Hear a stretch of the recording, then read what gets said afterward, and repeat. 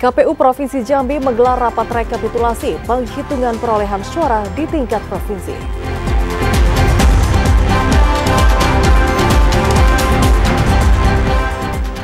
Malam puncak bertandang ke Jambi yang digelar di Mega Mall Batam berlangsung meriah.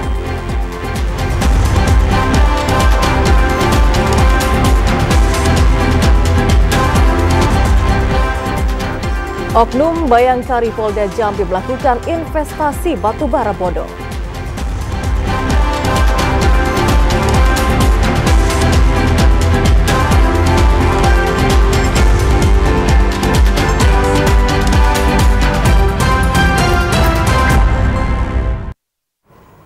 Selamat sore pemirsa, hari ini Minggu 8 Desember 2024 Jambi hari ini hadir kembali menyapa Anda dengan beragam informasi aktual dari Provinsi Jambi. Dan selain 3 berita utama tadi, redaksi kami juga telah menyiapkan sejumlah informasi penting dan menarik lainnya untuk Anda. Bersama saya Alhimni Rehan. Dan saya Vidya Francisca, inilah Jambi hari ini selengkapnya.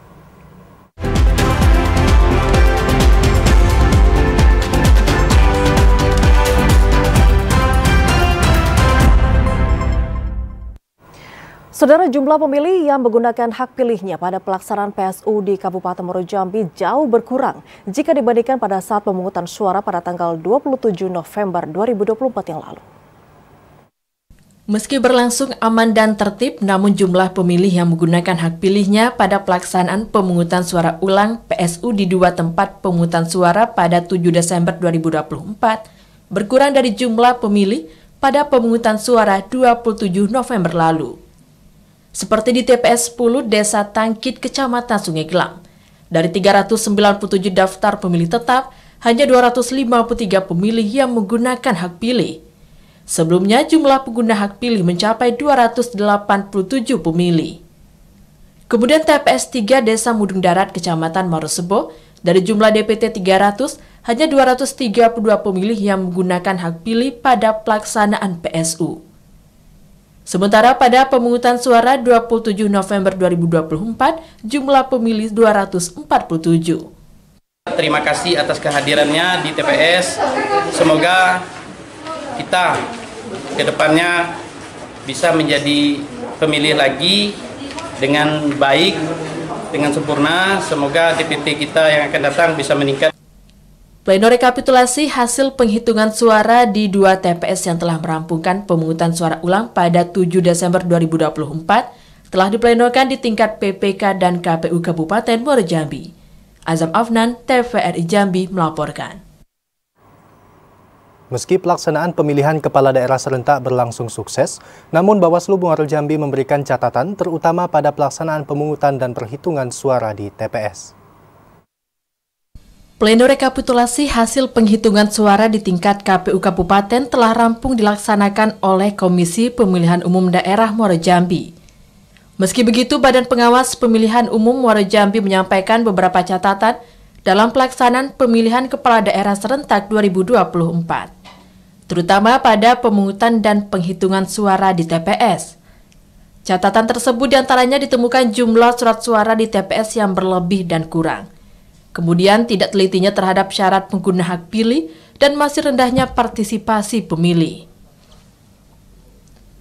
Ketua Bawaslu Dedi Wahyudi mengatakan seluruh catatan tersebut akan menjadi evaluasi bagi seluruh penyelenggara dan persoalan yang ditemukan tentu juga menjadi catatan bagi pengawas desa dan TPS. Sehingga pada pelaksanaan pilkada ke depannya dapat berlangsung sukses tanpa adanya PSU.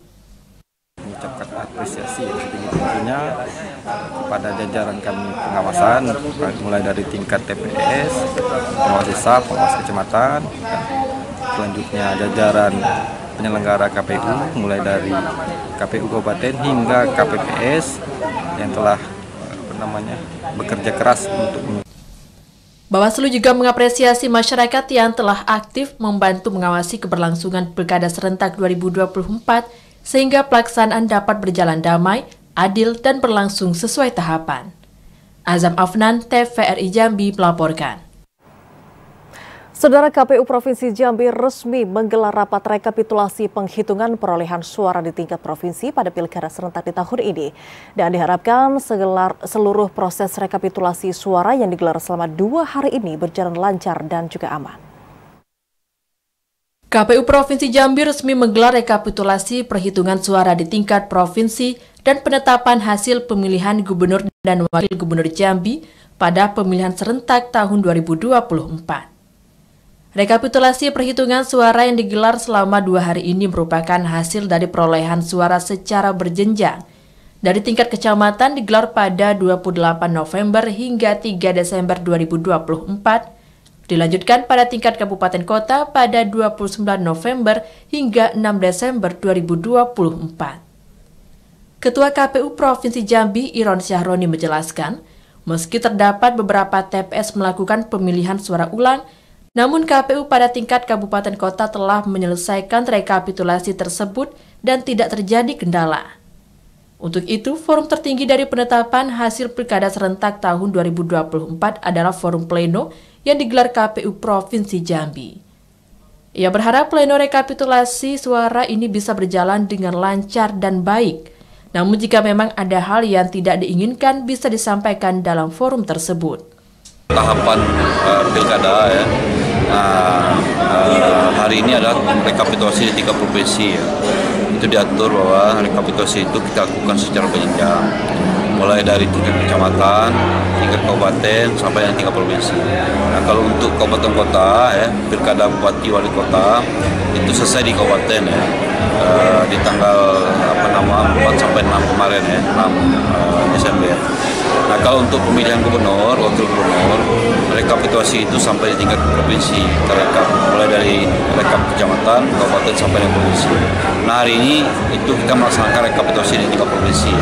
Rekapitulasi hasil penghitungan perolehan suara ya, untuk pemilihan gubernur dan wakil gubernur.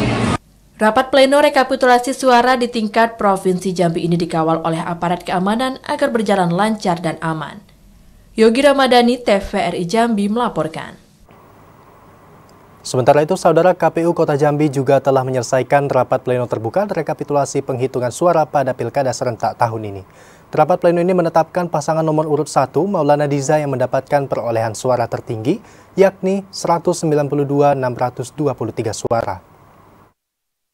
Komisi Pemilihan Umum KPU Kota Jambi telah menyelesaikan rapat pleno terbuka rekapitulasi penghitungan suara pada pemilihan Kepala Daerah serentak 2024 tingkat Kota Jambi. Dengan selesainya rapat pleno terbuka ini, maka KPU Kota resmi menetapkan hasil pemilihan Wali Kota dan Wakil Wali Kota Jambi tahun 2024 melalui keputusan nomor 921 tahun 2024.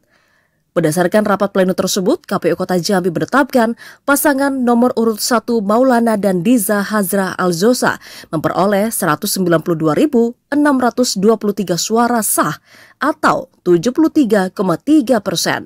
Sementara untuk pasangan nomor urut 2 Abdul Rahman dan Andi Muhammad Guntur meraih 70.322 suara sah atau 26,7%. Berdasarkan rekapitulasi ini, pasangan Maulana Diza berhasil menang di 11 kecamatan atau menguasai seluruh kecamatan di Kota Jambi. Ketua KPU Kota Jambi, Denny Rahmat, mengatakan, setelah dilakukan pleno rekapitulasi, KPU Kota Jambi akan langsung mengirimkan hasilnya kepada KPU Provinsi Jambi, beserta dengan kotak suara untuk dilakukan rekapitulasi pemilihan gubernur tingkat provinsi. Kota Jambi sudah menyelesaikan rekapitulasi tingkat Kota Jambi ya untuk pemilihan gubernur dan wakil gubernur serta wali kota dan wakil wali kota. Untuk pemilihan wali kota dan wakil wali kota, pasangan nomor urut 1 Bapak Haji Maulana dengan Diza unggul di setiap kelurahan yang ada di Kota Jambi, unggul semua gitu. Kalau secara presentasi berapa unggul? Kalau presentasinya sekitar 73% masuk itu. Denny juga mengapresiasi atas terselenggaranya Pilkada serentak tahun 2024 dan juga partisipasi dari seluruh elemen masyarakat, sehingga demokrasi berjalan dengan lancar dan baik. Yogi Ramadhani, TVRI Jambi, melaporkan. Saudara, setelah melakukan pleno rekapitulasi di tingkat kabupaten beberapa waktu yang lalu, KPU Batanghari menemukan adanya tingkat partisipasi pemilih kepala daerah yang cukup rendah atau tidak melampaui target sebesar 80%. Usai pleno rekapitulasi yang dilakukan KPU Batanghari beberapa waktu lalu, ditemukan tingkat partisipasi pemilih pada pemilihan kepala daerah serentak 2024 tidak memenuhi target pemilih atau di bawah 80%. Terbukti untuk partisipasi pemilih pada pemilihan Bupati dan Wakil Bupati Batanghari hanya 70,8%, serta pemilihan Gubernur dan Wakil Gubernur Jambi sebesar 70,13%. Ketua KPU Batanghari, Ahmad Halim mengatakan, tidak terlampauinya target partisipasi pada pemilihan kepala daerah ini disebabkan berbagai faktor, salah satunya fenomena pemilihan Bupati Batanghari yang hanya terdapat satu pasangan calon atau calon tunggal, sehingga hal tersebut cukup mempengaruhi pemilih dalam berpartisipasi menyalurkan hak suaranya di TPS. Untuk bupatinya kita di angka 70,8%. Nah, itu secara keseluruhan. Agak beda dengan gubernur, itu di angka 70,13%. Ini kalau kita melihat di Pilkada 2020 memang ada pengurangan pemilih ya. Kenapa ini faktor? Pertama itu memang kita calon tunggal. Kondisi ini pun nantinya akan menjadi bahan evaluasi pihak penyelenggara untuk kedepannya dapat bekerja lebih baik dan maksimal lagi dalam meningkatkan partisipasi pemilih. Ade Juniawan, TVRI Jambi melaporkan. Saudara, Festival Kerinci tahun 2024 ditiadakan. Informasi selengkapnya saudara kami hadirkan usai jeda sesaat lagi.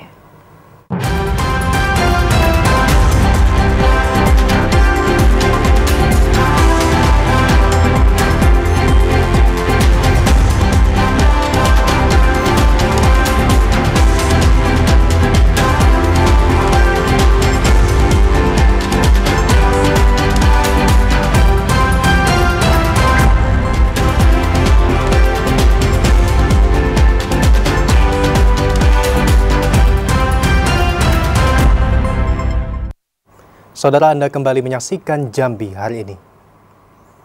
Malam Puncak Betandang ke Jambi yang digelar di Mega Mall Batam berlangsung meriah. Acara ini dihadiri ratusan warga yang antusias untuk menyaksikan berbagai penampilan seni dan budaya khas Jambi. Berbagai penampilan atraksi seni seperti tari tradisional, musik daerah, dan lagu daerah, serta pameran kerajinan tangan turut memeriahkan suasana malam puncak kegiatan Betandang ke Jambi di Mega Mall Batam. Puncak acara ditandai dengan penampilan spektakuler dari grup musik daerah, yakni tim kesenian Gubernur Jambi, membuat seluruh penonton ikut bernyanyi dan menari bersama.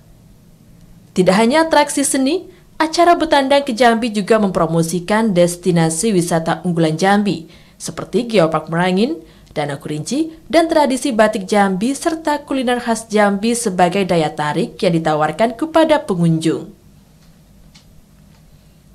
Kepala Dinas Kebudayaan dan Pariwisata Provinsi Jambi, Imron Rosyadi mengatakan, Batam merupakan pintu gerbang internasional yang berbatasan dengan negara-negara seperti Singapura, Malaysia, dan Thailand, menjadi lokasi strategis untuk promosi. Untuk itu diharapkan melalui kegiatan ini dapat meningkatkan kesadaran wisatawan tentang kekayaan budaya dan destinasi wisata unggulan yang dimiliki Provinsi Jambi.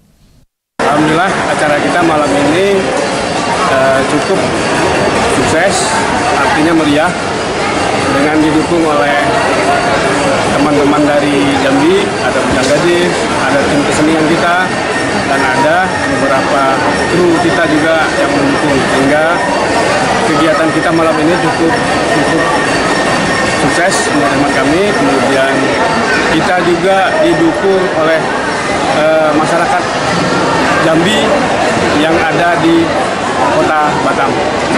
Kegiatan Betandang ke Jambi pada pameran ke-6 Indofec Expo 2024 di Mega Mall Batam ini menjadi salah satu langkah konkret Dinas Kebudayaan dan Pariwisata Provinsi Jambi dalam mendukung program pemerintah untuk meningkatkan pariwisata sebagai sektor andalan. Selain itu, kegiatan ini juga diharapkan menjadi momentum berharga bagi kebudayaan dan pariwisata Jambi untuk lebih mendunia. Andri Wijaya, TVRI Jambi melaporkan. Kita ke sorotan lainnya, Saudara. Pemerintah Kabupaten Kerinci di tahun 2024 kali ini tidak akan melaksanakan kegiatan Festival Kerinci. Hal ini disebabkan karena banyaknya kegiatan lain yang menyerap anggaran daerah. Pemerintah Kabupaten Kerinci memastikan pada tahun 2024 tidak akan melaksanakan Festival Kerinci yang rutin dilaksanakan pada tahun sebelumnya. Hal itu karena banyak kegiatan lain yang membutuhkan alokasi dana, sehingga membuat pemerintah harus menyesuaikan penggunaan anggaran daerah agar tetap efisien dan efektif. Festival Kerinci yang menjadi ajang promosi budaya dan pariwisata membutuhkan dana yang signifikan. Namun dengan terbatasnya anggaran membuat pelaksanaan Festival Kerinci menjadi berisiko tidak optimal. Pemerintah kabupaten pun memutuskan untuk menundanya demi mendukung kegiatan lain yang dianggap lebih penting pada tahun 2024. Langkah ini juga menjadi momentum untuk melakukan evaluasi dan persiapan lebih matang agar Festival Kerinci di masa mendatang dapat dilaksanakan dengan lebih baik dan maksimal. Kepala Dinas Pariwisata dan Kebudayaan Kabupaten Kerinci, Salahuddin menyampaikan, Festival Kerinci ditiadakan karena tahun ini anggaran Festival Kerinci dialihkan untuk kegiatan lainnya seperti kegiatan MTQ tingkat Provinsi Jambi dan pelaksanaan Pilkada Serentak 2024 serta beberapa kegiatan lainnya. Khusus untuk Festival Kerinci tahun ini, karena kita dihadapkan oleh keterbatasan anggaran kan, karena ada kegiatan MTQ, kemudian ada kegiatan pilkada kan, jadi anggaran kita cukup terbatas. Mungkin kegiatan festival tahun ini mungkin kita alihkan kegiatan lain yang sifatnya juga akan mempromosikan daerah. Mungkin ada kegiatan pentas seni, kemudian ada kegiatan pemilihan bujang gadis. Salahuddin juga menyampaikan Festival Kerinci yang merupakan ajang untuk merayakan kekayaan budaya, seni dan keindahan alam Kabupaten Kerinci, serta menjadi daya tarik bagi wisatawan domestik maupun mancanegara, direncanakan bisa kembali dilaksanakan pada tahun 2025. Ilwan, TVRI Jambi melaporkan. Sementara itu, saudara, angka kemiskinan di Kota Sungai Penuh pada tahun 2024 turun dari angka 3% menjadi 2,92%. Dan saudara, penurunan angka kemiskinan dipengaruhi oleh usaha dari pemerintah dan masyarakat yang terus bersinergi untuk menurunkan angka kemiskinan. Angka kemiskinan di Kota Sungai Penuh mengalami penurunan dibanding pada tahun sebelumnya. Pada tahun 2023, angka kemiskinan berada pada angka 3%. Sedangkan pada tahun 2024 turun menjadi 2,92%. Kepala Badan Pusat Statistik BPS Kota Sungai Penuh, Yudi Fri Amara mengatakan, penurunan angka kemiskinan ini dipengaruhi dari usaha dari pemerintah serta masyarakat yang mulai memulihkan perekonomian mereka. Dari angka 2,92%, BPS mencatat sebanyak 2.600 masyarakat yang masih tergolong miskin. Untuk 2024, angka kita sebesar 2,92%, dan ini turun dibandingkan tahun 2023 yang sebesar 3%. Ini berkat usaha-usaha pemerintah beserta masyarakat, usaha kita semua, sehingga angka kemiskinan ini menurun seperti itu. Sekitar 2.600 orang itu secara makro. Untuk nanti mikronya itu adalah tugas dari dinas-dinas terkait untuk melihat angka-angka itu tersebar ada di mana. Untuk kategori miskin adalah penduduk yang pengeluarannya sebesar Rp610.000 untuk tahun 2024. Jadi di bawah itu nanti adalah termasuk yang miskin. Yudi juga menyebutkan angka kemiskinan ini dapat berubah tiap tahun tergantung bagaimana usaha dari pemerintah dan masyarakat.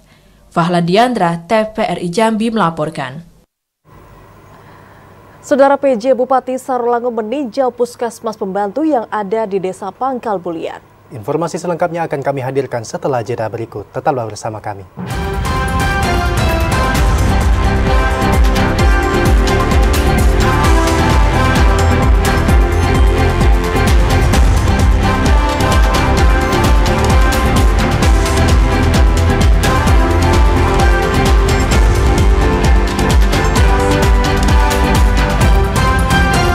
Anda kembali bersama kami di Jambi hari ini dalam segmen editorial. Saudara, guna mencegah kekeringan di saat musim kemarau terhadap lahan pertanian yang ada di Kabupaten Matahari. Untuk itu, pemerintah Kabupaten Pusat akan kembali memberikan bantuan 70 unit mesin pompa air untuk para petani. Musim kemarau panjang sebelumnya sempat melanda Kabupaten Matahari. Bahkan akibat hal tersebut, sekitar 530 hektar lahan padi sawah mengalami pusuh. Guna meminimalisasi hal tersebut tidak kembali terjadi ke depannya, pemerintah pusat menyalurkan bantuan 70 unit mesin pompa air untuk pemerintah Kabupaten Batanghari. Kepala Bidang Sarana Prasarana Dinas Pangan Pertanian dan Perikanan Kabupaten Batanghari Dian Nopita mengatakan, puluhan mesin pompa air ini dianggarkan pemerintah pusat melalui dana APBN dari Kementerian Pertanian. Petani yang membutuhkan pompa air ini pun diharapkan dapat segera mengajukan surat permohonan bantuan tersebut ke Dinas Pangan Pertanian dan Perikanan Batanghari agar peralatan pompa dapat dipersiapkan dan segera disalurkan kepada para petani. Kebetulan kita dapat 70 unit pompa air, itu ukuran 4 in, jadi mungkin ada petani yang masih membutuhkan pompa, bisa mengajukan ke Dinas Kabupaten Batanghari, Dinas Pangan Pertanian dan Perikanan Kabupaten Batanghari. Tapi dikhususkan lahan sawah dulu untuk saat ini. Mudah-mudahan nanti di musim kemarau tidak terjadi gagal panen. Jadi tetap panennya dengan ada pompa. Sementara itu, pemerintah Kabupaten Batanghari berharap ke depan langkah ini bisa menjadi solusi bagi para petani dalam meminimalisasi kekeringan sawah, terlebih di saat musim kemarau terjadi. Ade Juniawan, TVRI Jambi, melaporkan. Saudara penjabat Bupati Sarolangun Bahri meninjau puskesmas pembantu di Desa Pangkal Bulian, Kecamatan Pauh Timur. Ini dilakukan guna memastikan pelayanan kesehatan dasar kepada masyarakat terpenuhi.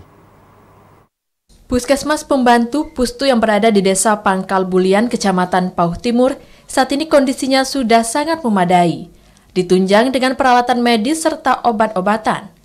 Keberadaan Pustu ini bisa menjadi alternatif bagi masyarakat yang membutuhkan layanan kesehatan. Penjabat Bupati Sarolangun Bahri mengatakan, pelayanan kesehatan merupakan salah satu prioritas strategis dalam program kerja pemerintah. Kunjungan ke puskesmas pembantu ini untuk melihat langsung kondisinya serta mengecek apa saja menjadi kendala bidan desa dalam memberikan pelayanan dasar kepada masyarakat atau pasien. Ini merupakan salah satu upaya pemerintah dalam memberikan pelayanan kepada masyarakat. Bahri menjelaskan pemerintah daerah memastikan akan terus hadir memberikan pelayanan minimal ke daerah dengan kategori terjauh, terpencil, dan terekstrim agar pelayanan kesehatan masyarakat yang mengalami sakit ringan bisa ditangani dengan baik tanpa harus ke puskesmas kecamatan ataupun ke rumah sakit di ibu kota kabupaten. Secara umum saya lihat fasilitas Pustu bidan lengkap, bidan kitnya lengkap. Hanya persoalan belum ada ambulan dengan pagarnya. Karena katanya orang yang dirawat di situ, di depannya itu malah yang tidur tuh anjing dengan kambing, sehingga kotorannya di mana-mana. Jadi insya Allah kita coba usulkan nanti. PJ Bupati Sarolangun Bahri meminta bidan dan tenaga medis lainnya untuk memberikan edukasi dan sosialisasi kepada masyarakat untuk jangan takut datang berobat ke rumah sakit dan pusat pelayanan kesehatan lainnya. Karena pemerintah daerah telah memberikan pelayanan kesehatan gratis dengan hanya membawa kartu identitas kependudukan. Edi Kusnadi, TVRI Jambi melaporkan. Saudara Bupati Tanjung Jabung Barat secara simbolis meletakkan batu pertama atau groundbreaking pembangunan pabrik kelapa sawit di Desa Lubuk Terentang, Kecamatan Betara, Kabupaten Tanjung Jabung Barat. Dan pada kesempatan tersebut juga turut dilakukan pengukuhan Serikat Pekerja Lokal. Bupati Tanjung Jabung Barat mengapresiasi dan mendukung pembangunan pabrik kelapa sawit PT Semesta Tenera Resorts di Desa Lubuk Terentang. Keberadaan pabrik akan memberi manfaat untuk meningkatkan ekonomi masyarakat, khususnya dalam menyerap tenaga kerja lokal. Pemerintah daerah akan mendukung dan bersinergi demi kelancaran pelaksanaan pembangunan. Pemerintah daerah Tanjung Jabung Barat akan memberikan apresiasi lebih dalam berinvestasi bagi perusahaan yang memiliki komitmen dalam investasi. Kehadiran pabrik ini juga sekaligus bekerja sama dengan pemerintah daerah, terutama masyarakat lokal di Desa Lubuk Terentang, sehingga kolaborasi ini menjadi baik ke depannya dan bisa menjadi upaya kita bersama bahwa kehadiran pabrik betul-betul dapat memberikan kesejahteraan bagi masyarakat kita yang ada di kawasan-kawasan pabrik. Dan mudah-mudahan ini bisa dapat berkembang, maju, dan kami mendoakan semoga kehadiran pabrik Tenera Resource ini memberikan dampak positif bagi perkembangan ekonomi di Kabupaten Tanjung Jabung Barat. Anwar Sadat mengajak seluruh masyarakat sekitar dan serikat pekerja lokal untuk mendukung pembangunan pabrik kelapa sawit di Desa Lubuk Terentang, Kecamatan Betara. Didi Haryadi, TVRI Jambi melaporkan. Sementara itu, saudara, peristiwa yang sempat viral di jagat maya media sosial terkait seorang kepala dinas yang diduga lakukan intimidasi terhadap seorang awak media di Kabupaten Tanjung Jabung Barat mendapat tanggapan dari Bupati Tanjung Jabung Barat Anwar Sadat. Bupati akan memanggil kepala dinas tersebut untuk dimintai keterangan. Persoalan kepala dinas Koperindak yang melakukan intimidasi terhadap seorang awak media Tribun Jambi bernama Abdullah beberapa waktu lalu mendapat tanggapan dari Bupati Tanjung Jabung Barat Anwar Sadat. Bupati Tanjung Jabung Barat Anwar Sadat mengatakan, jika ada orang yang bertengkar dan berkelahi sebaiknya didamaikan. Awak media merupakan mitra pemerintah. Bupati berharap semoga persoalan ini dapat diselesaikan dengan damai. Beriman, kalau ada yang bertengkar, berkelahi, kita islahkan, kita damaikan, ya. Karena semua kita bersaudara, teman-teman media, saudara kita, Kadis, saudara kita, yang mudah-mudahan bisa damai islah ya, karena kita ingin sama-sama membangun Kabupaten Tanjung Barat. Beberapa aliansi awak media seperti Ikatan Jurnalistik Televisi Indonesia Pengda Jambi dan Ikatan Wartawan Online Tanjung Jabung Barat mengecam keras tindakan oknum kepala dinas tersebut. Mereka minta Bupati untuk mengambil sikap serta mengevaluasi kinerja para pihak tersebut. Didi Haryadi, TVRI Jambi melaporkan. Saudara, penyidik Polda Jambi memanggil mantan Kadis Kominfo Sungai Penuh dalam kasus dugaan penyalahgunaan jabatan. Informasi selengkapnya, saudara, kami hadirkan usai jeda sesaat lagi.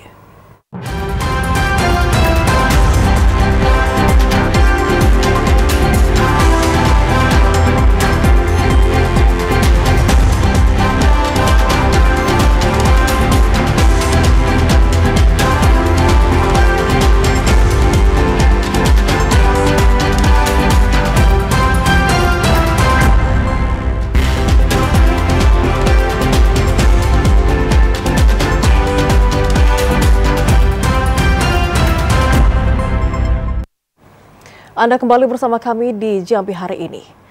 Saudara, guna bisa mengantisipasi terjadi tindak kejahatan di Kota Jambi, untuk itu Polda Jambi merazia sejumlah tempat hiburan malam di Kota Jambi. Dan pada saat razia itu, sejumlah pengunjung hiburan malam turut diperiksa untuk bisa mengetahui ada atau tidaknya penyalahgunaan narkoba.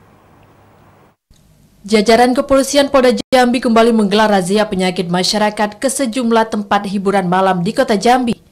Razia ini dilakukan selain dalam rangka antisipasi penyakit masyarakat, juga guna memastikan tidak adanya tindak kejahatan dan peredaran narkoba di Kota Jambi. Selain memeriksa identitas para pengunjung hiburan malam, petugas turut melakukan uji sampel urin untuk mendeteksi narkoba terhadap sejumlah pengunjung. Dari pemeriksaan itu tidak ditemukan adanya indikasi penyalahgunaan narkoba. Kanit PPA Polda Jambi AKP Riko mengatakan, razia ini merupakan kegiatan rutin yang ditingkatkan petugas jelang perayaan Natal dan Tahun Baru. Selain memeriksa sejumlah pengunjung, polisi turut memeriksa sejumlah minuman keras yang diduga melanggar izin edar. Dalam rangka operasi Pekat 2024, dalam rangka kita untuk mengantisipasi kegiatan masyarakat, khususnya di wilayah hukum Polda Jambi. Ya, malam ini adalah hari kelima kita untuk melaksanakan kegiatan operasi Pekat ini. Jadi kita melaksanakan ini dalam rangka ya untuk mengantisipasi perbuatan yang melanggar hukum, ya kan, penyakit masyarakat, ya kan, termasuk ya begal, termasuk judi, ya termasuk ya kegiatan yang melanggar hukum. Razia penyakit masyarakat ini akan terus ditingkatkan petugas kepolisian dengan harapan dapat meminimalisasi terjadi aksi kejahatan yang terjadi di Provinsi Jambi. Asar, TVRI Jambi melaporkan. Seorang istri oknum perwira di Polda Jambi membuat investasi batubara bodong. Seorang warga Jambi menjadi korban setelah dijanjikan keuntungan hingga 17 juta setiap bulan. Cynthia, warga Kenali Kecamatan Kota Baru Kota Jambi, menjadi korban investasi batubara bodong oleh seorang oknum Bayangkari Polda Jambi berinisial DDR. Penipuan berkedok investasi tersebut bermula setelah korban juga merupakan seorang bayangkari ditawarkan untuk berinvestasi di tambang batubara milik DDR di Muara Enim, Sumatera Selatan. Sempat mendapatkan keuntungan selama 3 bulan awal, namun setelah itu DDR sulit dihubungi. Bahkan korban mendapatkan informasi oknum istri perwira di Polda Jambi tersebut ternyata tidak memiliki tambang batubara. Akibatnya korban merugi hingga 360 juta rupiah untuk modal investasi bodong tersebut. Itu cair, sudah cair, saya kasih ke ibu DDR ini 360 juta. 360 juta itu kan dijanjikan fee untuk saya, karena saya berinvestasi itu 5% dari yang saya taruh. Setelah itu pas bulan Februari itu saya dapat nih hasilnya. Saya dapat hasilnya sekitar 17 juta. 17 juta saya sudah dapat. Seminggu kemudian tuh saya mau tarik uangnya. Terus ibu ini bilang, mohon maaf deh, belum bisa karena dari tambang belum bisa ditarik, intinya dari tambang. Ibu mesti ngajukan, padahal waktu pertama kali kita runding-rundingan dia bilang uang bisa ditarik kapan aja. Cynthia pun telah membuat laporan ke Polda Jambi. Laporannya telah diterima penyidik dan saat ini masih didalami oleh aparat kepolisian. Ari Haryono, TVRI Jambi melaporkan. Untuk bisa mendalami kasus penggunaan mobil dinas Kominfo Sungai Penuh, untuk itu penyidik Polda Jambi akan memanggil mantan Kadis Kominfo. Penyidik akan mendalami kasus dugaan penyalahgunaan jabatan dalam aksi pengerusakan kotak suara di Kota Sungai Penuh. Penyidik Direktorat Reserse Kriminal Umum Polda Jambi terus mendalami kasus pengerusakan kotak suara di Kota Sungai Penuh. Setelah memeriksa Kadis Kominfo Sungai Penuh, Yos Rizal, dan mendapatkan keterangannya, penyidik bakal memanggil Kadis Kominfo yang lama. Dari keterangan Kadis Kominfo, mobil yang digunakan untuk melarikan diri para tersangka pengerusakan tersebut tidak diketahui keberadaannya sebelum Yos Rizal menjabat. Mobil Triton bernomor polisi BH7879NF tersebut dinyatakan hilang sebelum Yos Rizal menjabat. Oleh sebab itu, penyidik bakal menggali keterangan dari Kadis Kominfo yang lama dan pemanggilan dipastikan pada hari Senin besok 9 Desember 2024 untuk mendalami kasus tersebut. Hari Senin kita sudah melayangkan untuk panggilan terhadap Kepala Dinas Kominfo yang lama sebelum saudara Yos Rizal teman menjabat sebagai Kadis Kominfo. Mudah-mudahan harapan kami yang bersangkutan bisa hadir di Polda ini dan memberikan keterangan secara kooperatif. Sebelumnya, mobil bernomor polisi BH7879NF kedapatan digunakan 3 orang pelaku pengerusakan kotak suara di Kota Sungai Penuh untuk bisa melarikan diri.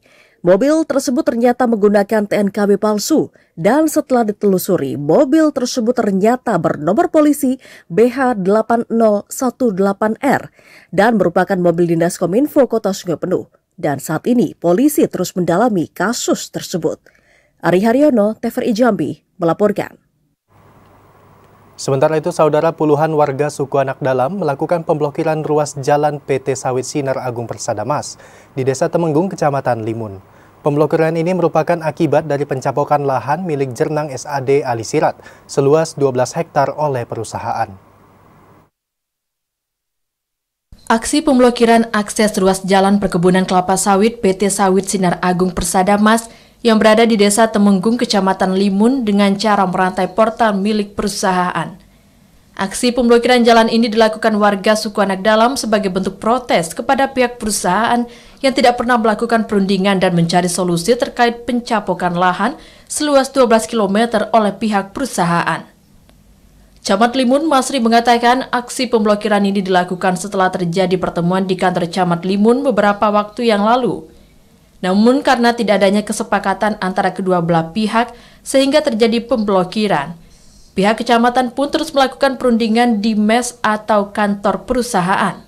Akhirnya pihak perusahaan berjanji akan melakukan perundingan pada Kamis 12 Desember 2024 dengan menghadirkan manajemen perusahaan. Sementara itu, pemblokiran yang dilakukan warga suku Anak Dalam ini karena lahan yang menjadi sengketa tersebut milik warga suku Anak Dalam bernama Alisirat warga Desa Pulau Pandan, Kecamatan Limun. Masri menjelaskan alih sirat ini mendapatkan kuasa penuh dari pamannya Asnawi sebagai pemilik lahan untuk mendapatkan kembali hak miliknya. Karena kedua belah pihak antara perusahaan dan Pak Sirat akan mengadakan pertemuan 1 minggu ke depan, itu tepatnya paling lama tanggal 12. Dengan pertemuan tersebut yang akan dihadiri oleh pihak perusahaan yang bisa mengambil keputusan dalam sengketa yang bisa menentukan lahan tersebut dimediasi kembali. Sementara itu, mediasi untuk pembukaan pemblokiran ruas jalan perkebunan kelapa sawit PT Sawit Sinar Agung Persada Mas disaksikan Kapolsek Dandan Ramil Limun serta humas perusahaan dan pemilik lahan. Edi Kusnadi, TVRI Jambi melaporkan. Saudara, seorang pencuri motor asal kota Jambi ditangkap pihak kepolisian. Pelaku ini ditangkap setelah nekat mencuri sepeda motor dengan modus lowongan pekerjaan yang ditawarkan pelaku di jejaring media sosial. Selain dijerat dengan pasal pencurian sepeda motor, pria ini juga dikenakan pasal penipuan. Ikram Puar, warga Kelurahan Palmerah, Kota Jambi, harus berurusan dengan unit reskrim Polsek Jambi Timur, Kota Jambi, setelah nekat membawa kabur 1 unit sepeda motor di kawasan Payos Lincah, Kecamatan Palmerah, Kota Jambi. Pelaku nekat mencuri sepeda motor setelah mempertipu daya korbannya dengan modus menawarkan pekerjaan palsu yang ditawarkan pelaku di jejaring sosial. Korban yang tergiur dengan tawaran pekerjaan itu mendatangi pelaku di kawasan Jambi Timur. Namun saat di lokasi kejadian, pelaku mencoba meminjam kendaraan motor korban dengan alasan mengambil uang. Namun setelah motor tersebut dipinjamkan, pelaku tidak kunjung kembali. Kapolsek Jambi Timur AKP Edi Mardi mengatakan, setelah mendapatkan laporan tersebut, polisi langsung melakukan pengembangan dan pelaku akhirnya berhasil ditangkap di tempat persembunyiannya. Selain dikenakan pasal pencurian, pelaku juga akan dikenakan pasal penggelapan dan penipuan. Kami dari Polsek Jambi Timur untuk rilis ungkap kasus terjadinya tindak pidana penggelapan. Jadi berawal dari adanya laporan polisi, laporan nomor LPP 78 tanggal 31 November 2024 terkait dengan pelapor atas nama Eren Adonis yang beralamat di Kelurahan Kasang. Beliau melaporkan ke Polsek Jambi Timur terkait dengan adanya dugaan tindak pidana penggelapan, yaitu sepeda motornya dipinjam, kemudian selanjutnya dikembalikan lagi dan tidak diketahui terkait dengan dimananya. Setelah dapat laporan tersebut, selanjutnya kami dari Polsek Jambi Timur dipimpin langsung oleh Kanit Reskrim melakukan upaya penyelidikan. Dari hasil penyelidikan selanjutnya diperoleh 2 alat bukti dan kita tingkatkan ke tahap penyidikan. Polisi mengimbau masyarakat agar lebih berhati-hati saat memperoleh informasi pekerjaan di jejaring media sosial. Pastikan pekerjaan tersebut tidak palsu agar tidak menjadi korban penipuan. Asar, TVRI Jambi melaporkan. Ya, saudara, informasi tadi sekaligus menutup perjumpaan kita pada Jambi hari ini. Terima kasih atas perhatian dan kebersamaan Anda. Akhirnya saya Alhimni Raihan. Dan saya Vidya Francisca pamit undur diri. Wassalamualaikum warahmatullahi wabarakatuh. Selamat sore dan sampai jumpa.